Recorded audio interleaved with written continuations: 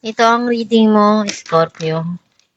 Welcome back to our channel. Naway nasa mabuti kayong kalagayan while watching the channel. Sa general reading, kayo nang bahalang magpalit-palit ng situation nyo sa reading ko.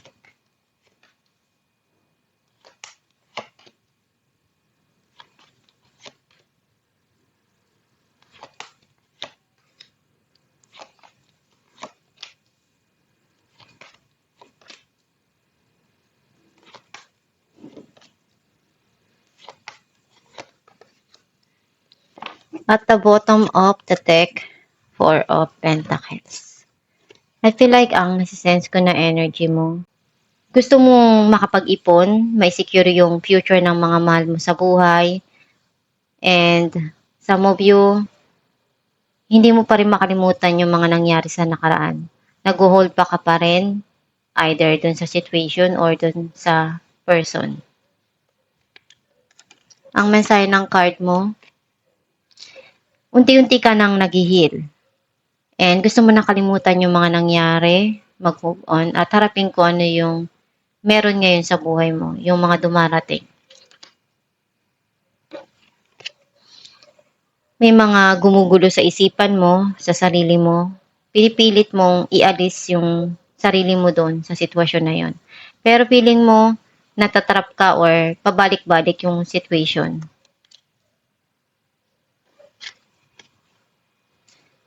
Andun yung passion mo. And gagawin mo lahat ng makakaya mo para maging okay yung sitwasyon, yung maabot yung mga pangarap mo.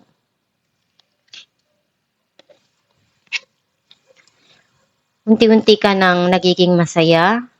Nakikita mo na nagiging kontento ka sa kung ano yung dumarating sa buhay mo, sa mga na-achieve mo na goal, and you feel something here na andun yung masaya pala yung nakukuha mo yung mga gusto mo, yung nagagawa mo yung mga gusto mo. Yung freedom na hindi mo nakukuha dati. Ngayon, naranasan mo na iba pala yung nagagawa ng malaya ka na nakukuha mo kung ano yung gusto mo. Yung walang pumipigil, walang kumukontrol sa buhay mo.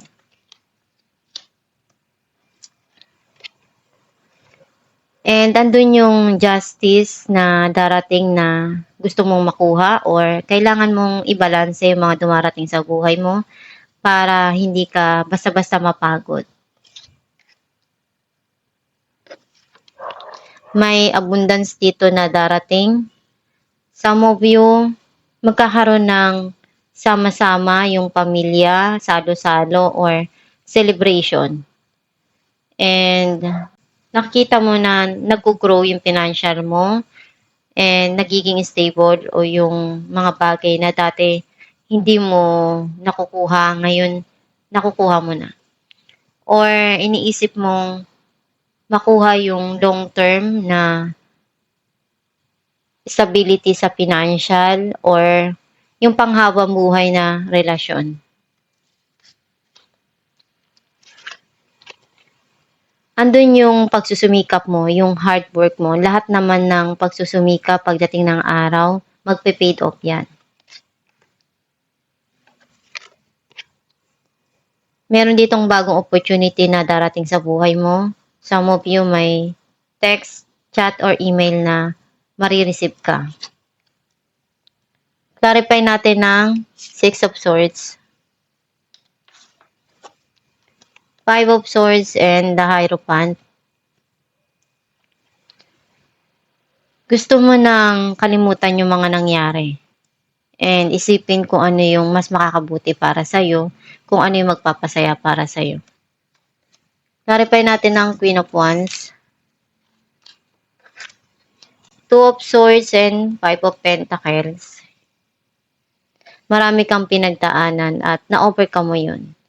Unti-unti ka nang nag-heal and may mga bagay na nangyari sa buhay mo na feeling mo mag-isa ka, wala kang makausap, sobrang lungkot mo. Yung iniwan ka na wala man lang pasabi sa'yo kung bakit nangyari yun. Clarify natin ng justice. The Hangman and Knight of Wands. You feel stuck dun sa isang sitwasyon sa buhay mo. And pinag-isipan mo paano ka makakaalis dun. And pabalik-balik tong sitwasyon na to sa buhay mo or itong tao na to mapaglaro. And ngayon makukuha mo kung ano yung justice na hinahangad mo. Ibibigay yun sa'yo. Some of you, andun yung passion mo sa mga pangarap mo. Gagawin mo lahat ng makakaya mo para maialis mo yung sarili mo dun sa isang sitwasyon na yun. Clarify natin ng Eight of Pentacles.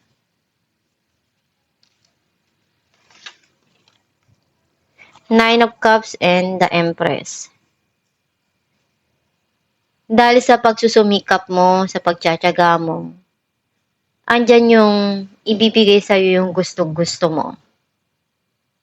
And magiging masaya ka dito. Some of you, andun yung wish mo na ibibigay din sa'yo kung ano yung mga talagang hiniling mo. Kung ano yung hiniling mo before, makakamit mo yun. And mahalaga sa'yo itong darating na to kasi para sa'yo, matagal mo na tong pinagdasal eh. Some of you, pwedeng fertility or pregnancy. Or mas ngayon na-realize mo na kung ano yung pangangailangan mo, pupunuan mo yun para sa sarili mo. Clarify natin ng Eight of Swords. Ten of Pentacles and Two of Wands. Andun yung pinaplano mo yung mga pangarap mo sa buhay. Kahit na may mga bagay na gumugulo sa isipan mo, tinatry mong ialis yung sarili mo dun.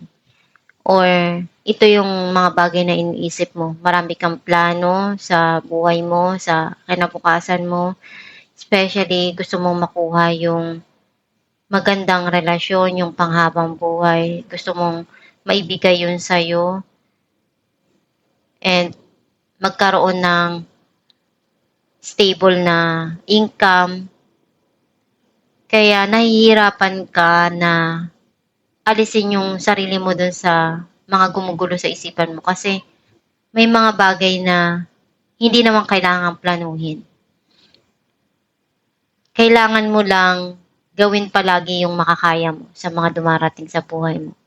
Kasi kapag pinaplano mo yung wala pa sa buhay mo, mahihirapan ka eh.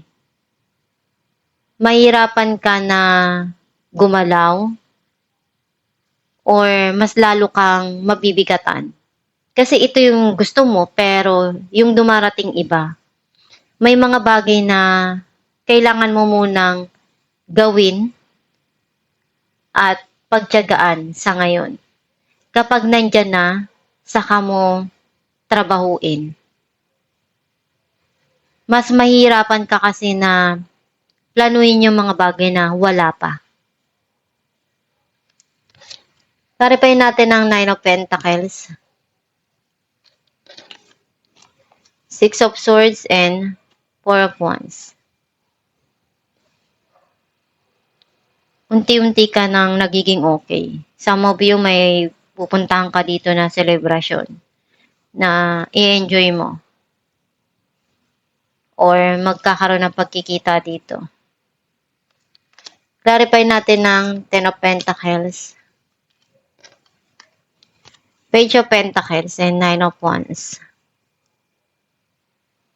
May mga plano ka na gusto mong umpisahan para mapalago yung financial mo. And gagawin mo yung makakaya mo. Pagsisikapan mo mabuti kahit ano yung mangyari.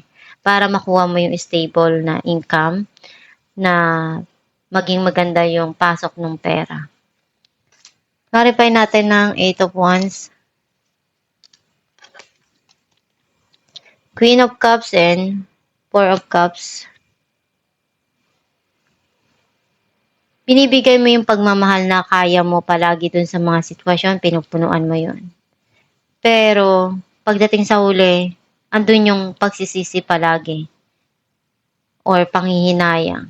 Kasi hindi na ibabalik sa'yo or meron ka ditong regret dahil hindi mo nakukuha yung gusto mo na opportunity para sa'yo.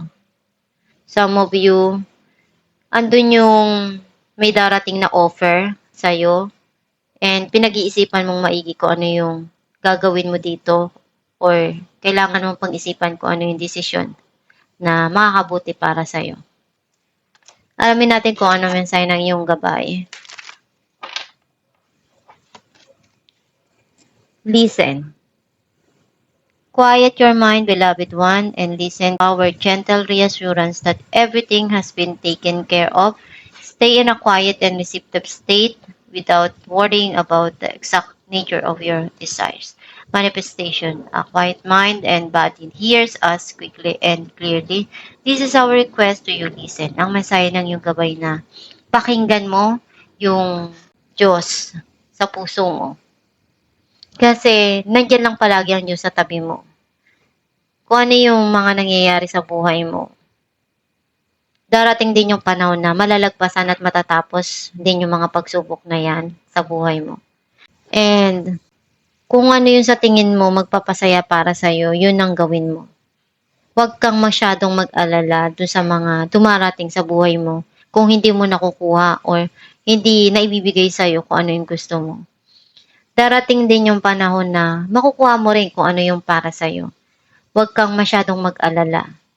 Huwag mo masyadong planuhin kung ano yung mga hindi pa dumarating sa buhay mo.